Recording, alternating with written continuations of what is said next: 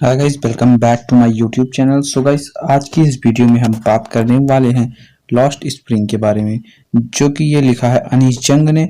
हम लोगों ने दो पार्ट में इसे हाफ हाफ करके, एक पार्ट में हमने बताया some time I find a rupee in the garbage, इसका हाफ बता दिया, और फिर हाफ यहाँ से एक बार बताया था हमने। अब ये हमारा चलेगा पार्ट टू, ये जो दूसरे बच्चे की कहानी है, I want to drive a car. ये मुकेश के द्वारा लिखा, मतलब मुकेश इसमें दूसरा बच्चा है, इसके बारे में हम पढ़ेंगे। और हमारा ये वीडियो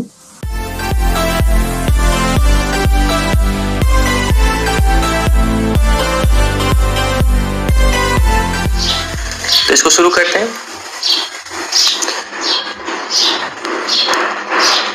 बोला जा रहा है कि I want to drive a car.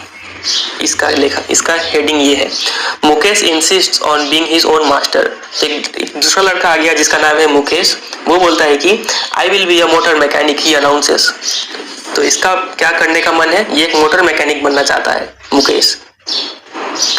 Do you know anything about cars, I ask. तो लेखिका पूछती है कि क्या तुम कुछ भी जानते हो कार्स के बारे में? तो मुकेश जवाब देता है, I will learn to drive a car. लेकिन नहीं, हम सीख लेंगे, he answers looking straight into my eyes. और एकदम आंख में आंख डाल के जवाब देता है, मतलब वो कॉन्फिडेंस से भरा हुआ है।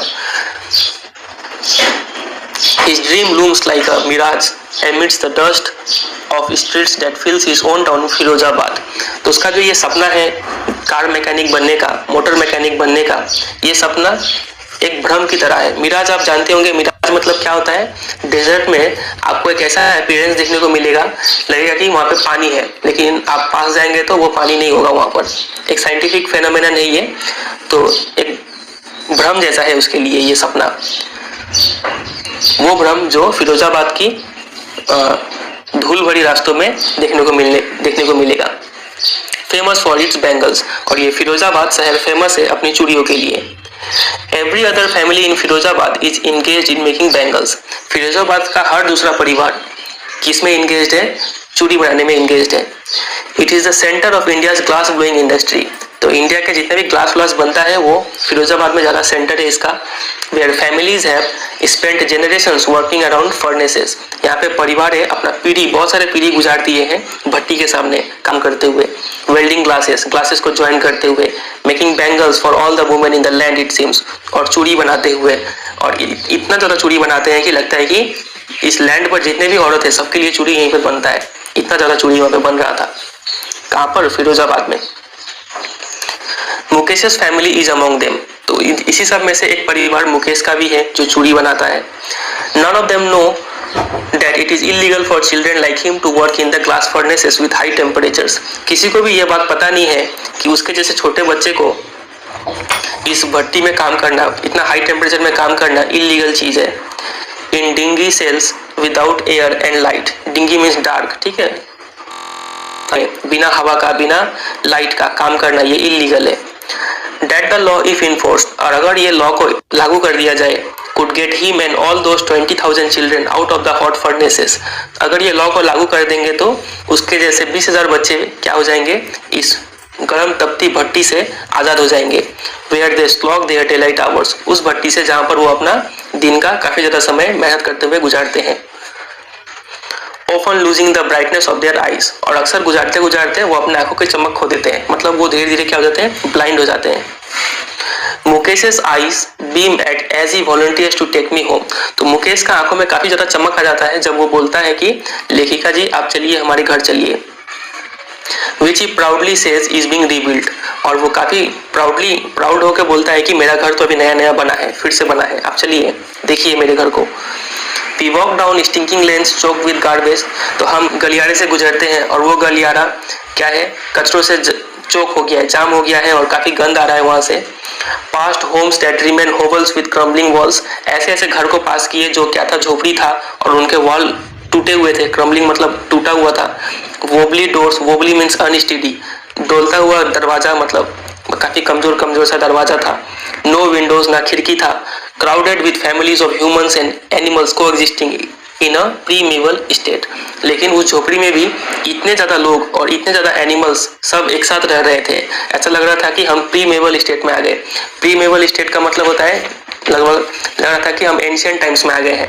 पहले लोग जानवरों के साथ रहते थे, लग रहा था वैसे ही अभी देखने को सीन मिल रहा है। He stops at the door of one such house। तो ऐसे ही एक घर के सामने वो रुकता है। वो कौन रुकता है? मुकेश रुकता है। Bangs a wobbly iron door with his foot। और अपने पैरों से एक वैसे ही अनस्टेडी लोहे का दरवाजा को मारता है, pushes it open, और उसको खोल लेता है पैर से। We enter a half built shack। तो हम एक आधा बना हुआ झोपड़ी में ढूंढते हैं। In one part of it, और उस झोपड़ी के एक पार्ट में, thatched with dead grass is a firewood stove over which sits a large vessel of sizzling spinach leaves। और उस झोपड़ी के कोने में क्या देखने को मिलता है? एक चूल्हा देखने को मिलता है जो घास उससे बना हुआ है, डेड ग्रास से बना हुआ है। और उस चूल्हे पे एक बड़ा सा वेसल चढ़ा हुआ है और उसमें स्पिनाच मतलब पालक पकड़ा है, पालक साग। और on the ground in large aluminium platters are more chopped vegetables. और ग्राउंड पे बड़े बड़े एल्यूमिनियम के प्लेट्स में क्या पड़े हुए हैं? और भी कटे हुए सब्जी पड़े हुए हैं। A frail young woman is cooking the evening meal for the whole family। यहाँ पे frail का मतलब होता है वीक। और वीक एक औरत क्या कर रही थी? शाम का खाना पका रही थी पूरे परिवार के लिए। Through eyes filled with smoke she smiled। और उस चूल्हे से काफी धुआं निकल रहा था, तो लग रहा था उसके आंखों में क्या है, पूरा धुआं चला गया था। लेकिन उस हालत में होते हुए भी वो क्या की? मुस्कुरा दी, क्योंकि लेखिका आई हुई थी उसके घर में। और वो औरत थी कौन? She is the wife of Mukesh elder brother. तो मुकेश का जो बड़ा भैया है उसकी पत्नी, मतलब मुकेश का भाभी थी। तो आप देख पा रहे हैं यहाँ पे लग रहा है कि चाइल्ड मैरिज का केस है, क्योंकि मुकेश तो खुद ही एक बच्चा था और उसका भैया का पत्नी काफी कम उम्र में शादी हुआ होगा, इसका मतलब। Not much older in years, ज्यादा उम्र में बड़ी नहीं थी वो मुकेश से। She has begun to command respect as the bahu. और वो एक बहू का रेस्पेक्ट पा रही थी। बहू को इंग्लिश में क्या बोलते हैं? The daughter in law of the house. Daughter in law थी घर की वो। Already in charge of 3 men। और वो 3 पुरुषों को संभाल रही थी। Her husband Mukesh and her father. उसके पति को देखना था, उसे मुकेश को ख्याल रखना था, उसके पिताजी का ख्याल रखना था। 3 लोगों को वो संभाल रही थी। When the older man enters, और जब वो बूढ़ा आदमी जब घर में आता है, बूढ़ा आदमी कौन? उसके पिताजी, मुकेश के पिताजी जब उसके घर में आते हैं, she gently withdraws behind the broken wall। वो तुरंत ही जाके एक टूटे हुए दीवार के पीछे छिप जाती है। And brings her veil closer to her face. Veil मतलब घूंघट, और वो घूंघट अपने चेहरे पर ले आती है। एज कस्टम डिमांड्स, और जैसा कि रीत है, daughter in law must veil their faces before male elders. बहुओं को क्या करना होता है? फेस ढकना होता है अपने घूंघट से बुजुर्गों के सामने, मेल बुजुर्ग के सामने। तो ये वो भी कर रही थी वो। In this case the elder is an impoverished bangle maker. और इस केस में वो एल्डर था कौन? एक इम्पोवरिश्ड मतलब वेरी पुअर बैंगल मेकर था, चूड़ी बनाने वाला इंसान था। मतलब मुकेश के पिताजी काफी गरीब चूड़ी बनाने वाले एक इंसान थे। Despite long years of hard labor, first as a tailor, then a bangle maker, he has failed to renovate a house। तो कई साल मेहनत करने के बाद भी, पहले वो क्या थे? टेलर थे, फिर बाद में चूड़ी बनाने लग गए। इतना सब करने के बाद भी वो फेल हो गए अपने घर को पूरी फिर से बनाने में। रिनोवेट मतलब रीबिल्ड करने में। Send his 2 sons to school. अपने दोनों बच्चे को स्कूल भेजने में भी वो क्या हो गए? फेल हो गए। All he has managed to do is teach them what he knows। उसने सिर्फ जिंदगी में एक ही काम कर पाया है, वो उन्हें क्या कर पाया है? पढ़ा पाया है जो उसे आता था। क्या आता था उसे? The art of making bangles. सिर्फ चूड़ी बनाना सिखा पाया है वो मुकेश को और उसके बड़े भैया को, और कुछ नहीं कर पाया। इट इज हिज कर्म, his destiny, says Mukesh grandmother. तो मुकेश की जो दादी है वो बोलती है कि ये तो इन लोगों का क्या है? कर्म है। कर्म मतलब नसीब है इसका। Who has watched her own husband go blind with the dust from polishing the glass of bangles। और उनकी जो ग्रैंडमदर है, मुकेश का जो ग्रैंडमदर है, वो अपने पति को देखी है कि उनके पति कैसे ग्लास को, चूड़ी को पॉलिश करते करते अंधे हो गए। धूल उनके आंखों में जाता था और उससे क्या हुआ? वो बहुत दिन बाद अंधे हो गए। Can a God given lineage ever be broken? She implies। तो उनका कहना था कि क्या जो भगवान द्वारा जो हमें काम सौंपा गया है, वो काम को कोई तोड़ सकता है? उनकी ग्रैंडमदर बोलती है ये बात। Born in the caste of bangle makers, they have seen nothing but bangles। तो वो लोग चूंकि बैंगल मेकर्स के कास्ट में जन्म ले लिए हैं, उनको चूड़ी बनाना उनको कास्ट में है, तो वो लोगों ने कुछ नहीं दिखा है, सिर्फ चूड़ी ही देखा है जब से पैदा हुए हैं तब से। इन द हाउस, घर में भी चूड़ी। इन द यार्ड, बाहर के जमीन, पीछे के जमीन में भी चूड़ी। इन एवरी अदर हाउस, हर दूसरे घर में भी चूड़ी।